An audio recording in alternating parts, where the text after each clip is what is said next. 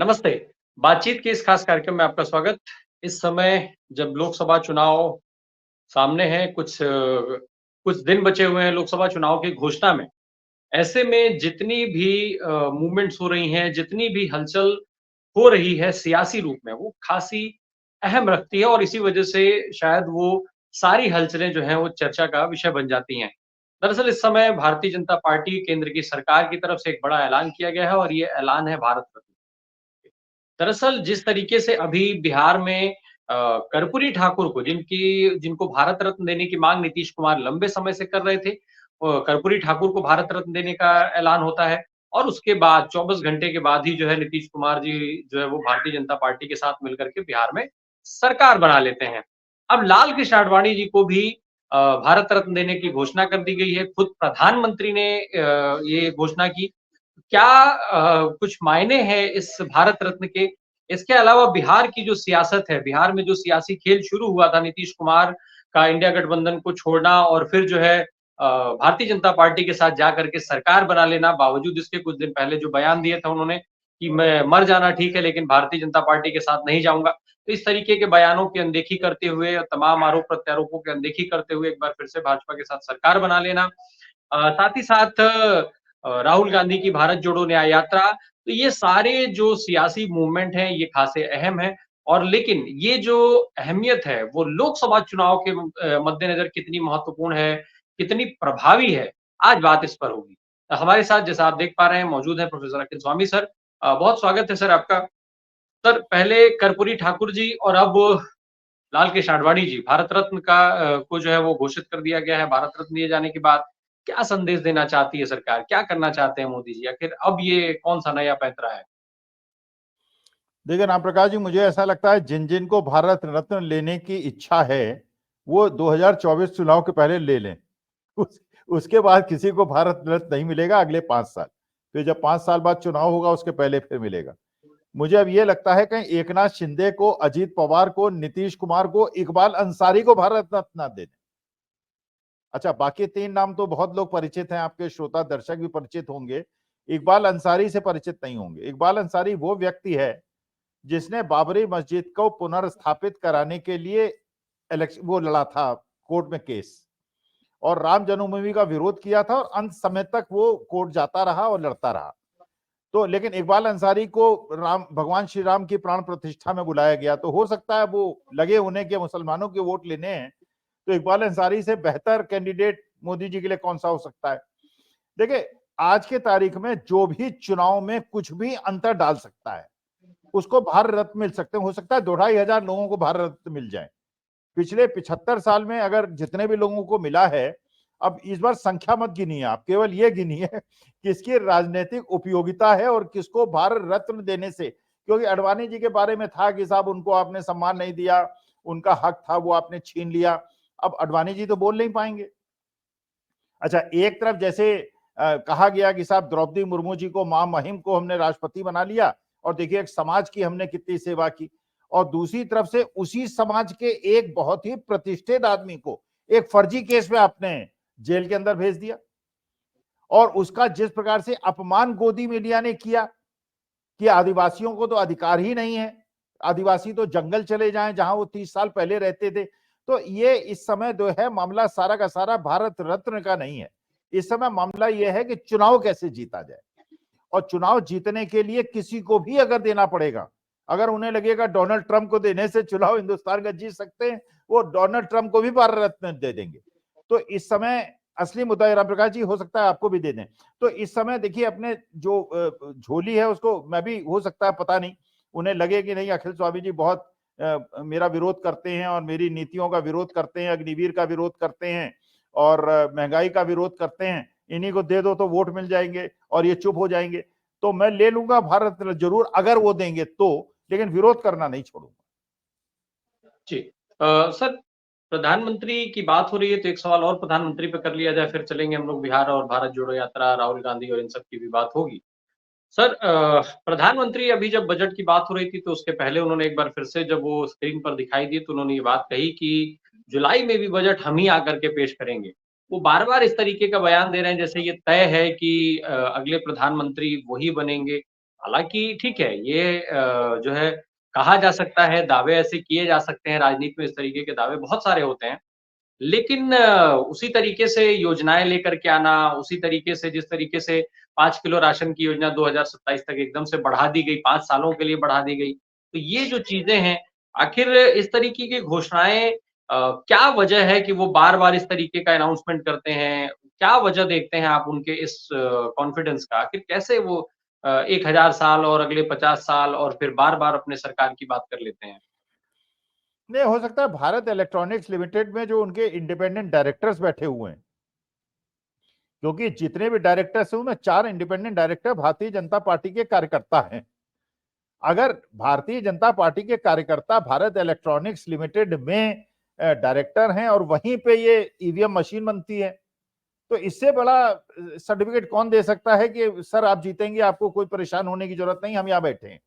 जैसे चंडीगढ़ मेयर का चुनाव, अब चंडीगढ़ मेयर का चुनाव में सबको पता था कि आम आदमी पार्टी के कांग्रेस गठबंधन के बाद ये अपोजिशन अलायंस जीत जाएगा, लेकिन वो बीजेपी का कार्यकर्ता था जो पीठासीन अधिकारी था, उसने बैलेट पेपर को ही इनवैलिड कर दिया, खुद ही हाथ मार मार के क्रॉस कर करके 8 वोटों को इनवैलिड कर दिया, और जो बीजेपी के 13 वोट पड़े थे उसको बढ़ा के 16 कर दिया और जिता दिया। तो देखिए, अगर नीचे की जो अब मशीन, अच्छा पिछले 9 साल के अंदर कुछ हुआ हो ना हुआ हो, ये चीज जरूर हुई है कि अपने लोगों को हर जगह बिठा दिया गया है। आज की तारीख में डॉक्टर लक्ष्मण यादव को नौकरी से निकाल दिया गया क्योंकि वो बैकवर्ड हैं, रितु सिंह को नौकरी से निकाल दिया गया क्योंकि वो दलित हैं। लेकिन जितने भी आपके अध्यापन के पोस्ट हैं, जितने भी पोस्टें हैं, वहां आरएसएस के शाखा के लोगों को बिठा दिया गया है। अगर वो आरएसएस के और शाखा के लोग बता रहे हैं कि आप चिंता मत कीजिए, हम कर देंगे ना, खेल कर देंगे, मैं हूं ना, अगर आरएसएस ये कह रहा है मैं हूं ना, उसके बाद चिंता करने की क्या आवश्यकता है? अब जब तक अब ये लोग जो बैठे हैं ये 15-15 20-20 साल बैठेंगे और इतनी जल्दी तो हटने वाले हैं नहीं।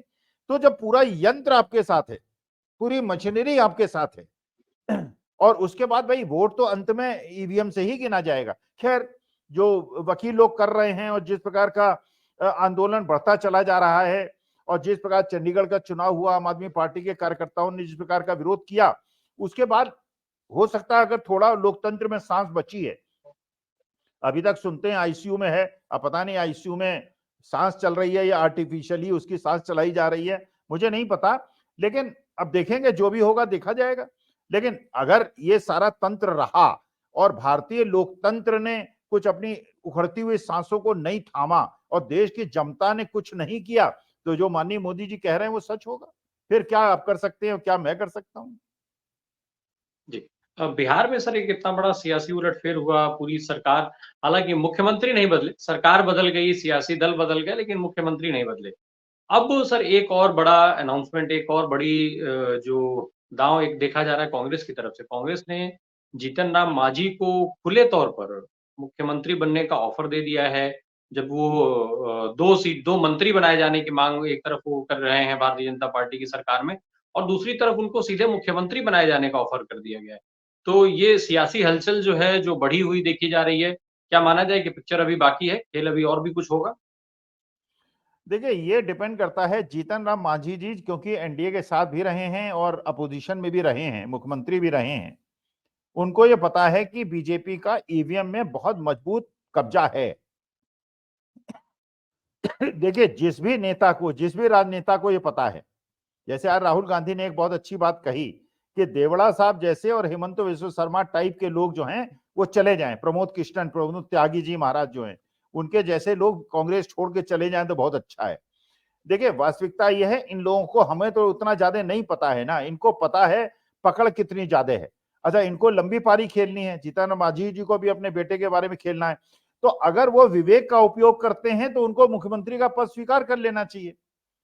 क्योंकि मैं सुन रहा था जनता दल यूनाइटेड के कुछ नेताओं को, उन्होंने हंसी में उड़ा दिया, उन्होंने कहा मांझी जी को 2 मिनिस्ट्रियल पोस्ट हम कैसे दे सकते हैं, जबकि जो आरजेडी है वो 2 सीटें देने के लिए तैयार है, और मांझी जी को चीफ मिनिस्टर और 1 मंत्री पद देने के लिए भी तैयार है।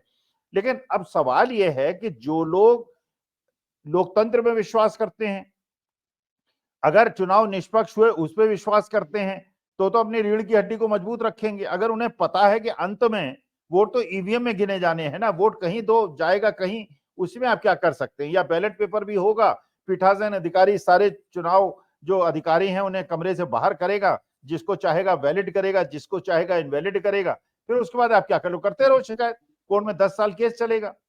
भाई आप सोचिए, कल्पना कीजिए बैलेट पेपर से चुनाव हो रहा है और डिस्ट्रिक्ट मजिस्ट्रेट या जो पीठासीन अधिकारी है वो कहे कि मैं करूंगा कुछ नहीं, मैं बाकी किसी को अलाउ ही नहीं करूंगा, जाओ, और कहे पुलिस वालों सबसे बाहर करो यहां से निकाल के, और खुद ही जिसको चाहे गिन ले, अच्छा पड़े 5 लाख वोट गिन ले, 4 लाख 6 लाख, आप क्या कर लोगे जब आप हो ही नहीं मौजूद? भाई कानूनी तौर पर वहां पे मौजूद रहने चाहिए ना दोनों पार्टियों के लोग। और वहां पे जो वहां किया चंडीगढ़ में, पार्टियों को कैंडिडेट को बुलाया नहीं, खुद ही पीठासीन अधिकारी ने अपना गिना, वैलिड किया, इनवैलिड किया और घोषित कर दिया। उत्तर प्रदेश के चुनाव में भी बहुत सारा हुआ था। अब जो आपके बाराबंकी के अंदर हुआ, बहुत सारी सीटों में जीत गया अपोजिशन वाला, जुलूस लेके निकल गया और पता चला 1 घंटे बाद उसको मैसेज मिला वापस आइए, रिकाउंटिंग में आप इलेक्शन हार गए। तो इस तरह की चीजें अगर होंगी, देखिए फिर हम लोग क्या डिस्कशन कर रहे हैं, क्या हम लोग चिंता कर रहे हैं? भाई ठीक है, नॉर्थ कोरिया में भी लोग रहते हैं, चीन में भी रहते हैं, यहां भी रहेंगे। जी। तेजस्वी सर, पहले तेजस्वी जो है वो पहले से ही सर इस बात को कह रहे थे कि जो है ये अभी खत्म नहीं हुआ है, अभी एक बड़ा उनको चौंकाने वाला एक फैसला बाकी है। इस तरीके की जो चीज़ें चल रही थी। तो ये जो जीतन राम मांझी को लेकर के ऑफ़र की बात पहले भी सामने आई थी, उनके बेटे के लिए भी ऑफ़र फेंका गया था, ये सारी चीज़ें। झारखंड में जो कुछ हुआ या दिल्ली में जो कुछ हो रहा है, इसको कितना कनेक्ट किया जा सकता है बिहार की घटना से? क्या ये जो झारखंड में जिस तरीके से, जिस तेज़ी से कार्रवाई हुई, जबकि पिछले कुछ समय से लगातार हेमंत सोरेन को लेकर के चर्चा चल रही थी, लेकिन ये जो कार्रवाई हुई, क्या ये बिहार को इफ़ेक्ट करने के लिए हुई कि मुख्यमंत्री के साथ हम ये सारी चीज़ें कर सकते हैं, इसलिए बाकी जो सियासी दल हैं या जो सियासी दलों के नेता हैं, जो सक्षम थे कोई खेल करने में, वो एक तरीके से दबाव में आ जाएँ? कुल मिला के प्रेशर बनाने की चीज़ हुई, प्रेशर टैक्टिक्स का इस्तेमाल किया गया?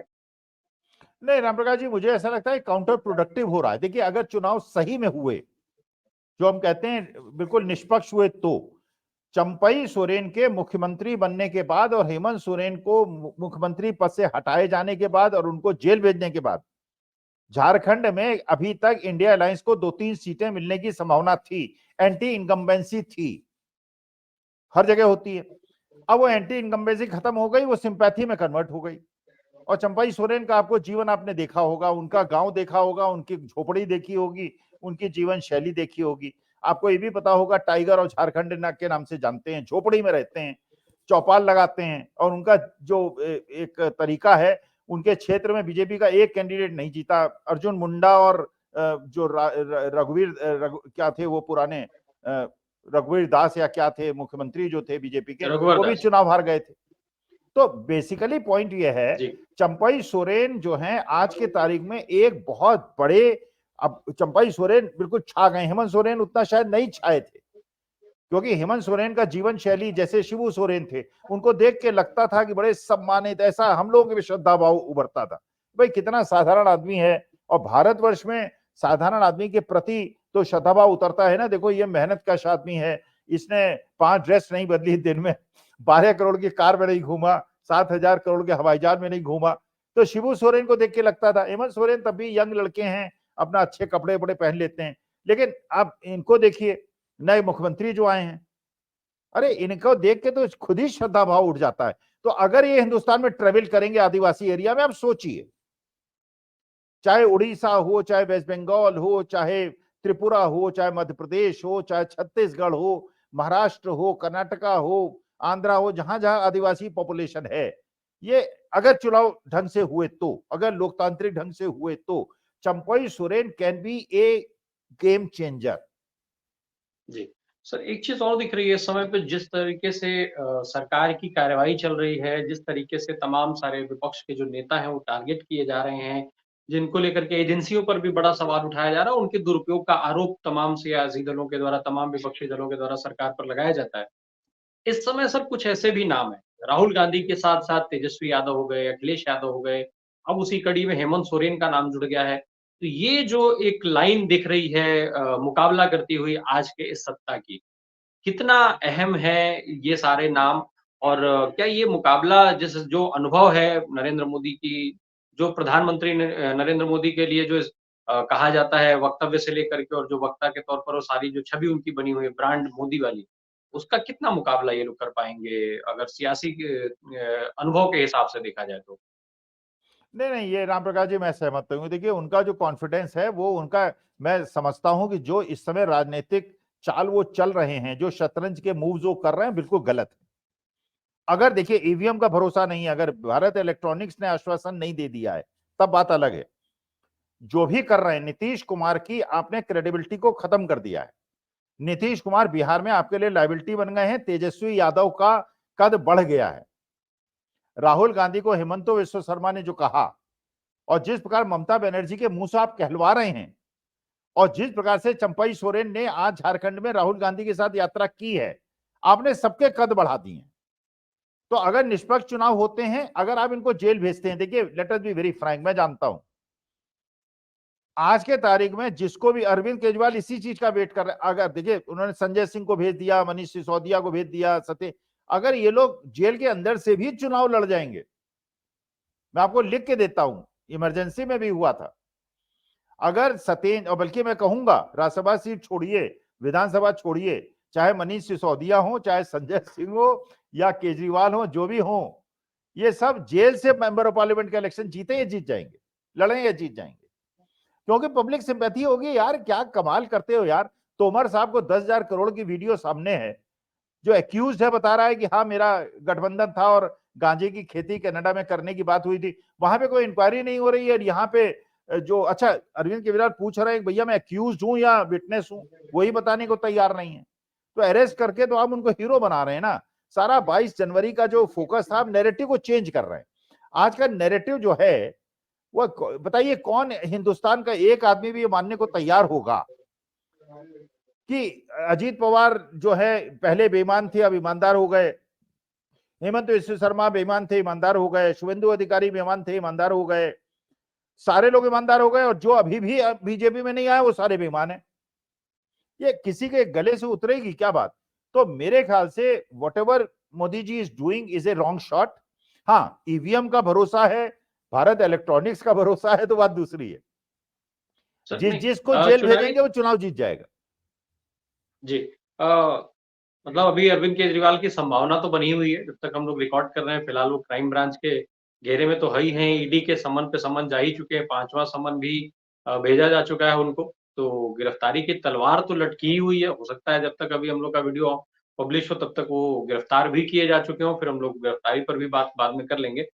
इंडिया गठबंधन और एनडीए की अगर हम बात करें सर, एक तरफ भारतीय जनता पार्टी है, वो लगातार साम, दाम, दंड, भेद हर तरीके से तैयारी भी कर रही है और जितनी तैयारी कर लेती है उसको एग्ज़ीक्यूट भी कर देती है। तो ये सारी चीज़ें हैं। दूसरी तरफ इंडिया गठबंधन की अगर हम बात करें तो अभी तक उसमें जो है कोई तैयारी के लिहाज से कोई भी कदम उठाता हुआ नहीं देखा जा रहा है। इंडिया गठबंधन अभी चुनाव की राह पर आगे बढ़ता हुआ नहीं देखा जा रहा है, सिवाय एक भारत जोड़ो न्याय यात्रा अगर राहुल गांधी की देख ली जाए तो।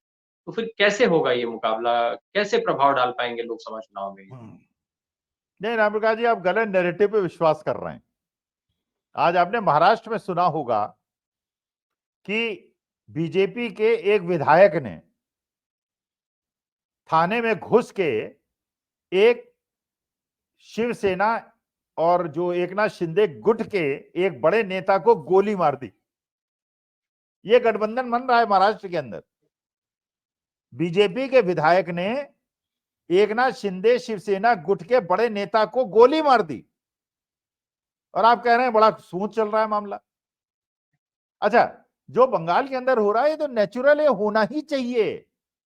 अरे अगर ममता बनर्जी और वाम और कांग्रेस आपस में नहीं लड़ेंगे और ये दिखाएंगे नहीं कि हम आपस में लड़ रहे हैं, तब तक जो कांग्रेस का वोटर है वो बीजेपी को वोट नहीं देगा क्या? टीएमसी का वोटर बीजेपी को वोट नहीं देगा क्या? गठबंधन होना ही नहीं चाहिए, नहीं होना चाहिए।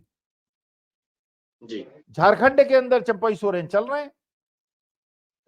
तो असली मुद्दा यह है कि आप तो एक तरह से, अच्छा महाराष्ट्र में डिसाइड हो गया क्या एनडीए गठबंधन में कितनी सीटें किसको मिलेंगी? बिहार में हो गया क्या? अरे इंडिया गठबंधन में क्यों हो यार, आप बताओ ना। कम से कम समाजवादी पार्टी ने अपने कैंडिडेट तो घोषित कर दिए उत्तर प्रदेश में, बीजेपी ने किया क्या? भाई असल में घपल है, सारा घपल चौथ हो रही है एनडीए अलायंस में। हम लोग डिस्कस कर रहे हैं इंडिया अलायंस को, जो गोदी मीडिया करने के लिए नैरेटिव तैयारी कर रहा है। अरे परेशानी है कहां भाई? जो नहीं आएगा और जहां पे मेन फोर्स नहीं है, बात खत्म हो गई, लड़ लो, अच्छा है, लेकिन ऐसे कैंडिडेट खड़े करो जो बीजेपी के वोट काटे। अब आप कल्पना कीजिए वेस्ट बंगाल के अंदर टीएम अंदर अंदर समझौता हो जाए कि भाई ठीक है 25 सीटों पे टीएमसी बिल्कुल जीतने की स्थिति में है और 27 सीटों में वाम और कांग्रेस, मान लीजिए मैं एक इमेजिनरी फिगर दे रहा हूं, ठीक है। अब हम जानते हैं आपको, हम जिताने की कोशिश करेंगे, हम ऐसा कैंडिडेट खड़ा करेंगे जो बीजेपी के वोट काटे, आपके नहीं काटे। जैसे बीएसपी ने अपने कैंडिडेट खड़े करके सपा के वोट काटे थे और ओवैसी साहब ने भी किए थे। क्या इस बार सोच रहे हैं कि जो एंटी मोदी वोट है वो बहन जी और ओवैसी साहब को, अगर ये गठबंधन में नहीं आते हैं, वोट देंगे क्या? कोई नहीं देगा, क्योंकि पोलराइज्ड है इलेक्शन। हर बार इतना पोलराइज नहीं होता था, कंफ्यूजन होता था, इस बार कंफ्यूजन नहीं है। Either there are people who want to vote for BJP और there are people who want to vote not vote for BJP. कोई कंफ्यूजन नहीं है, सब रणनीतिक रूप से हो रहा है, सब सुलझ जाएगा और अगर ईमानदारी से चुनाव हुआ तो मोदी जी दोबारा प्रधानमंत्री नहीं बनेंगे। जी। निश्चित तौर पे ये बहुत महत्वपूर्ण है कि कन्फ्यूज़न होना भी नहीं चाहिए, क्योंकि जिस तरीके से कहा जा रहा है कि 2024 का चुनाव बहुत महत्वपूर्ण है और अगर परिस्थितियाँ नहीं बदलती हैं तो शायद हो सकता है कि ये अंतिम चुनाव हो। तो इस तरीके की भी चर्चाएँ हैं, ऐसे में ये ज़रूरी भी है कि किसी को कन्फ्यूज़न ना रहे। बहुत-बहुत धन्यवाद सर। दर्शकों को एक चीज़ मैं और बता दूँ कि जो जिस घटना का ज़िक्र अखिल सर ने किया, वो घटना महाराष्ट्र के ठाणे की है और उसमें जो है बड़ी दिलचस्प चीज़ ये थी, हालाँकि जिसकी भी हत्या हुई उसके लिए जो है वो कंडोलेंस होना चाहिए, लेकिन दिलचस्प उसमें ये है कि ये दोनों नेता जो है वो विवाद को सुलझाने के लिए गए थे। दोनों विवाद सुलझाते-सुलझाते उन्होंने उस विवाद को कहाँ से कहाँ खड़ा कर दिया। विवाद जिनका हुआ था वो लोग भी सोच रहे होंगे कि हमने किन लोगों को बुला लिया और ऐसे लोगों से अगर विवाद हम सुलझाने लगे तो उल्टा हम तो कल को फांसी पे टंग जाएँगे। बहुत-बहुत धन्यवाद sir, thank you so much हमारी आज की इस महत्वपूर्ण बातचीत